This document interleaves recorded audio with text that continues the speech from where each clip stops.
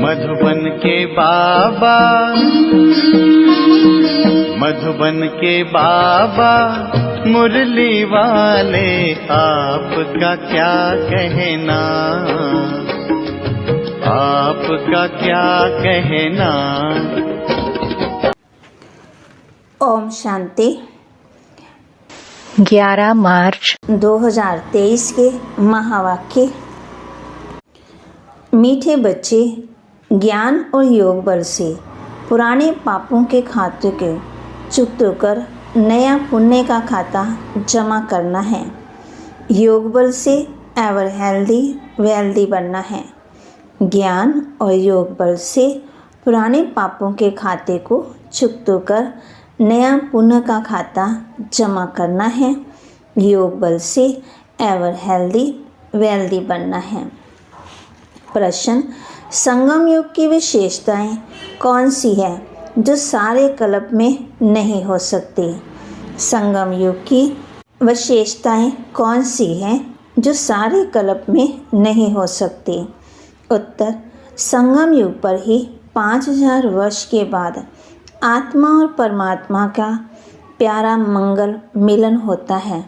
यही समय है बाप से बच्चों के मिलने और वर्षा लेने का है। बाप सभी आत्माओं के लिए इसी समय ज्ञान देते हैं, सबका लिबरेटर बनते हैं।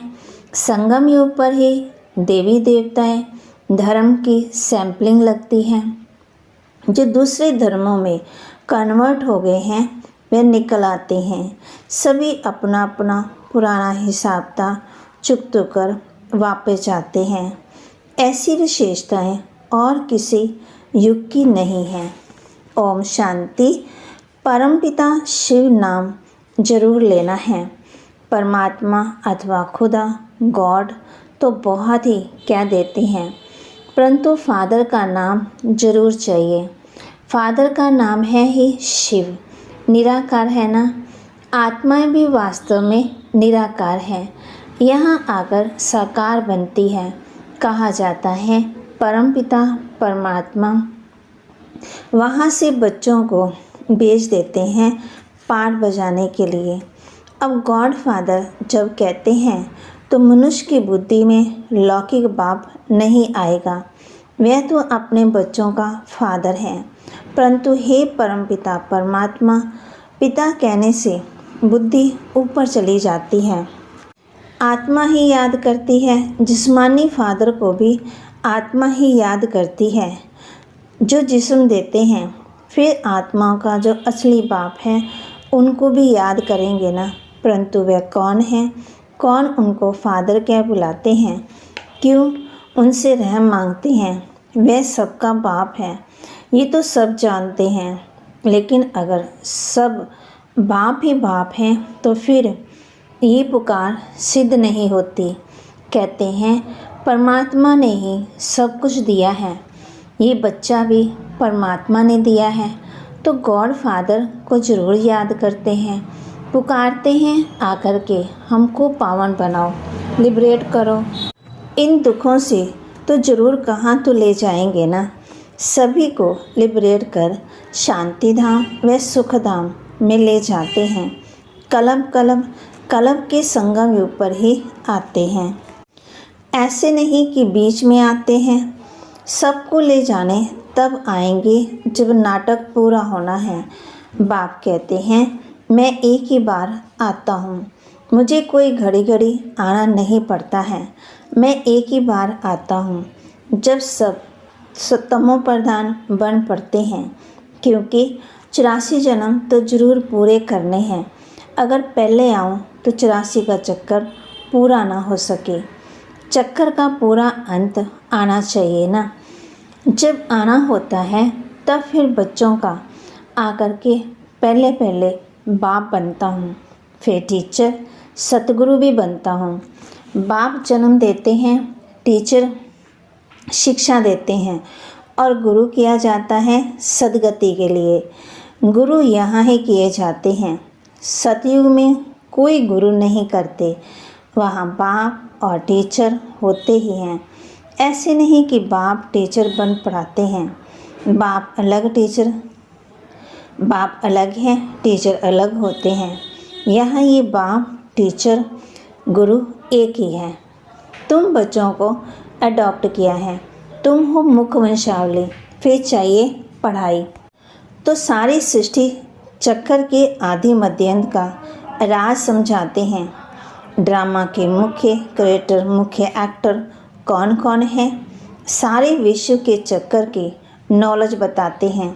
मूल वतन, सूक्ष्म वतन, स्थूल वतन का सारा समाचार बताते हैं। ये सारा चक्कर कैसे फिरता है, ये सारा चक्कर कैसे फिरता है। पहले पहले नई दुनिया में कौन कौन आते हैं।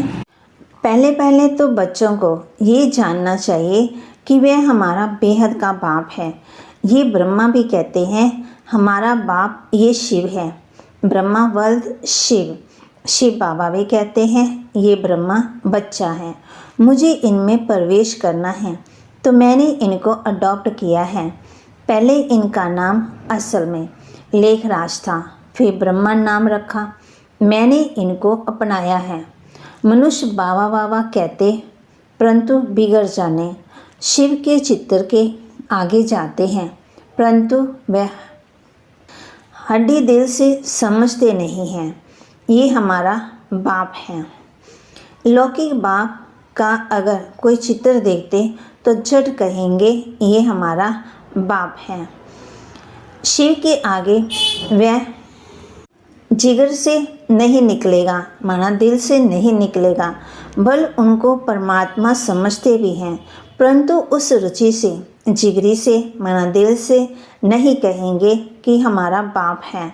सिर्फ वंदना करते हैं भक्ति मार्ग की रस्म अनुसार। उससे प्राप्ति क्या होती है वह बुद्धि में आएगा नहीं।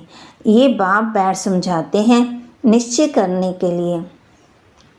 पॉइंट तो बहुत देते हैं, परंतु बच्चे भूल जाते हैं। सभी धर्म वालों के लिए ये ज्ञान है, चाहे मिलिट्री का हो, चाहे ज्ञान सबके लिए है। तुम बच्चे जानते हो शिव बाबा हमारा बाप, टीचर, सतगुरु है। ये हमारा बहुत पुराना मिलन है, 5000 वर्ष के बाद आए हैं। इसे आत्मा और परमात्मा का प्यारा मंगल मिलन कहते हैं। परमपिता परमात्मा आकर के सभी आत्माओं से मिलते हैं। इस समय ही सबका लिबरेटर बनते, सभी को शिक्षा नहीं लेंगे। शिक्षा वह लेंगे जो देवता बनने वाले होंगे। मनुष्य सृष्टि का इतना बड़ा झाड़ है, इनसे सैंपलिंग लगाते हैं। आज गवर्नमेंट भी किस्म किस्म के सैंपलिंग लगाती रहती हैं, बाबा भी सैंपलिंग लगाते हैं। फिर जो इस कुल के हैं वह निकल आते हैं। जो देवी देवता धर्म वाला है, इस फाउंडेशन वाला होगा, उनका ही सैंपलिंग लगता है। तुम असल देवी देवता धर्म के ही, फिर और धर्मों वालों का भी सैंपलिंग लगेगा। जो कन्वर्ट हो गए होंगे वे निकल आएंगे। मुसलमान, पारसी आदि आते हैं ना, अपने दैवी धर्म के झाड़ की सैंपलिंग लगती रहेगी। अब तुम बच्चे प्रैक्टिकल में समझते हो, वह एक ही बाप हमारा बाप, टीचर, सतगुरु हैं। मनुष्य तो कहेंगे बाप ने हमको जन्म दिया है, फिर फलाने टीचर ने पढ़ाया है, फिर पछाड़ी में गुरु करते हैं। कोई नहीं भी करते, हर एक की अपनी अपनी मानता है। कोई ना कोई का सिमरन जरूर करते हैं। बाप को याद करेंगे, वह कोई मित्र संबंधी को याद करेंगे। अब तुमको और सबकी याद भूल एक बाप को ही याद करना है। वही सत्य बाप, सत्य टीचर, सतगुरु है। सचखंड की स्थापना करने वाला है। सारे सृष्टि के आदि मध्यांत के चक्कर की हिस्ट्री ज्योग्राफी बताते हैं। हम सुदर्शन चक्करधारी बने हैं तो जरूर चक्कर याद करना पड़े। ये सृष्टि का चक्कर कैसे फिरता है, शुरू से अंत तक चक्कर को जानते हो, और ये कल्प के संगम युग पर ही जान सकते हो। बीच में तो कोई जान न सके। बाप पढ़ाते ही हैं कल्प के संगम युग पर। सारे वर्ल्ड की हिस्ट्री ज्योग्राफी का राज और कोई भी समझ ना सके।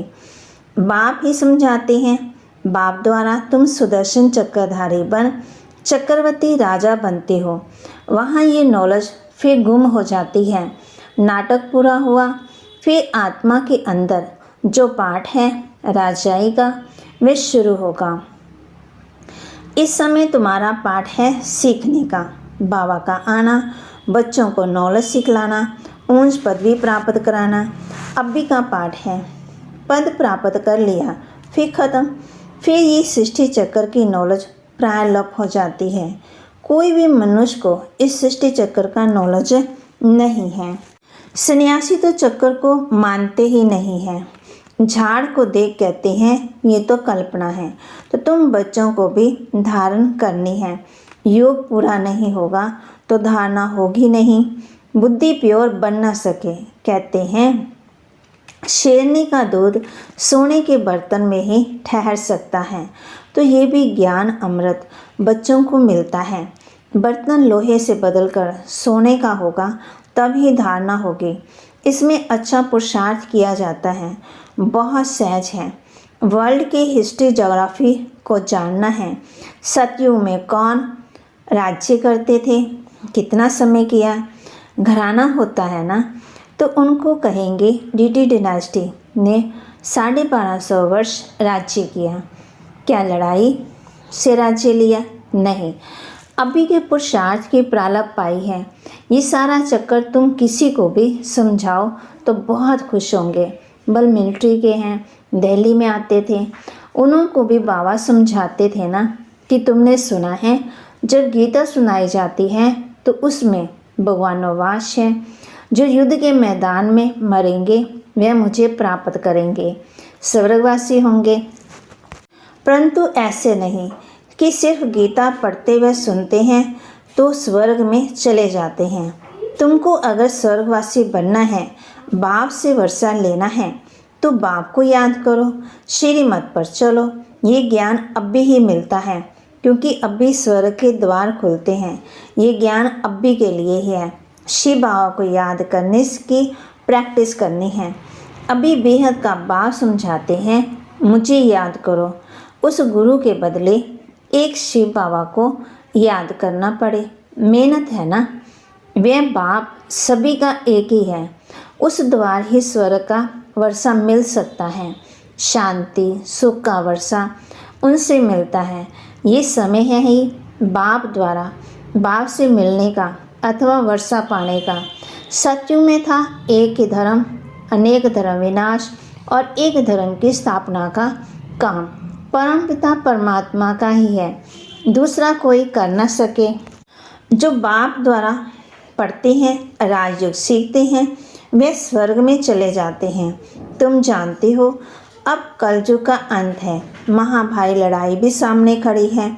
जो पढ़ेंगे वही पदवी पाएंगे, बाकी सब हिसाब चुप होकर वापस चले जाने हैं।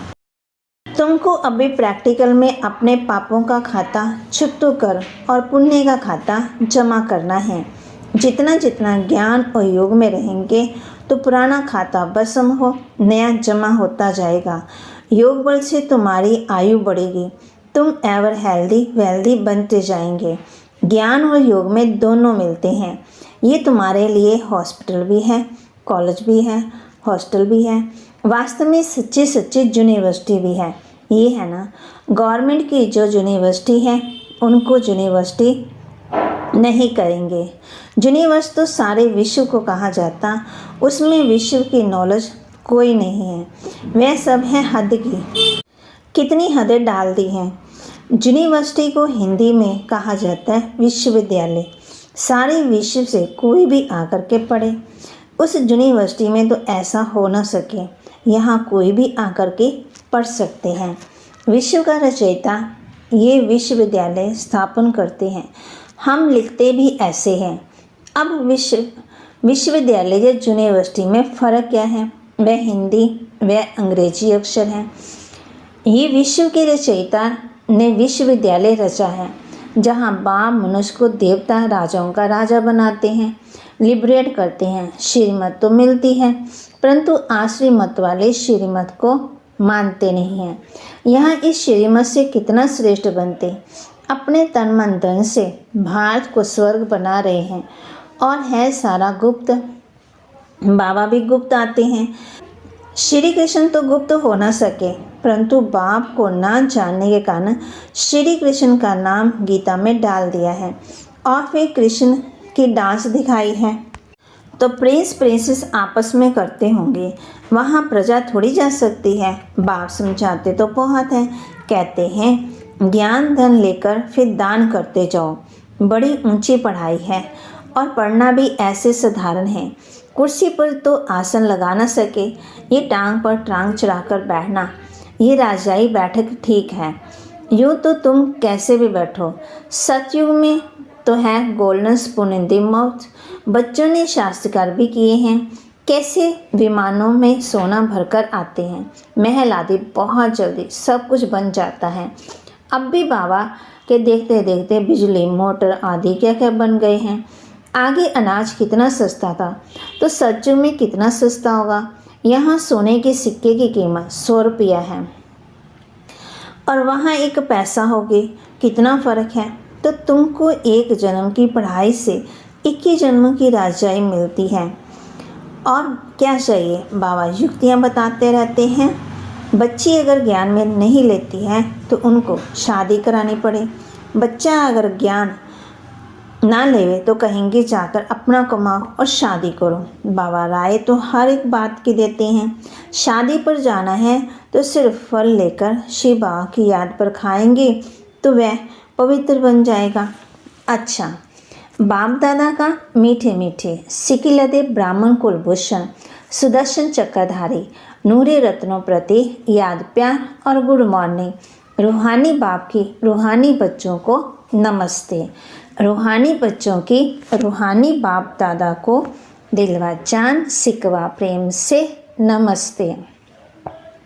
धारणा के लिए मुख्य सार, बाप से जो ज्ञान धन लिया है उसका दान करना है। गुप्त रीति से पढ़ाई पढ़कर 21 जन्मों की राजाई लेनी है और सबकी याद भुला करके एक बाप को सत्य बाप हैं, सत्य टीचर और सतगुरु के रूप से याद करना है। वरदान, रूहानी नशे द्वारा दुख अशांति के नाम निशान को समाप्त करने वाले सर्व प्राप्ति स्वरूप भव। रूहानी नशे द्वारा दुख अशांति के नाम निशान को समाप्त करने वाले सर्व प्राप्ति स्वरूप भव। रूहानी नशे में रहना अर्थात चलते फिरते आत्मा को देखना, व आत्म अभिमानी रहना। इस नशे में रहने से सर्व प्राप्तियों का अनुभव होता है। प्राप्ति स्वरूप रूहानी नशे में रहने वाली आत्मा के सब दुख दूर हो जाते हैं। दुख अशांति का नाम निशान भी नहीं रहता है, क्योंकि दुख और अशांति की उत्पत्ति अपवित्रता से होती है। जहाँ अपवित्रता नहीं वहाँ दुख अशांति कहाँ से आई। जो पावन आत्मा है उनके पास सुख और शांति स्वतः ही रहती है। स्लोगन, जो सदा एक ही लगन में मगन है वही निर्विघ्न है। जो सदा एक ही लगन में मगन है वही निर्विघ्न है। अगर निर्विघ्न बनना है तो एक ही लगन में सदा मगन रहो तो निर्विघ्न बन जाएंगे। ओम शांति।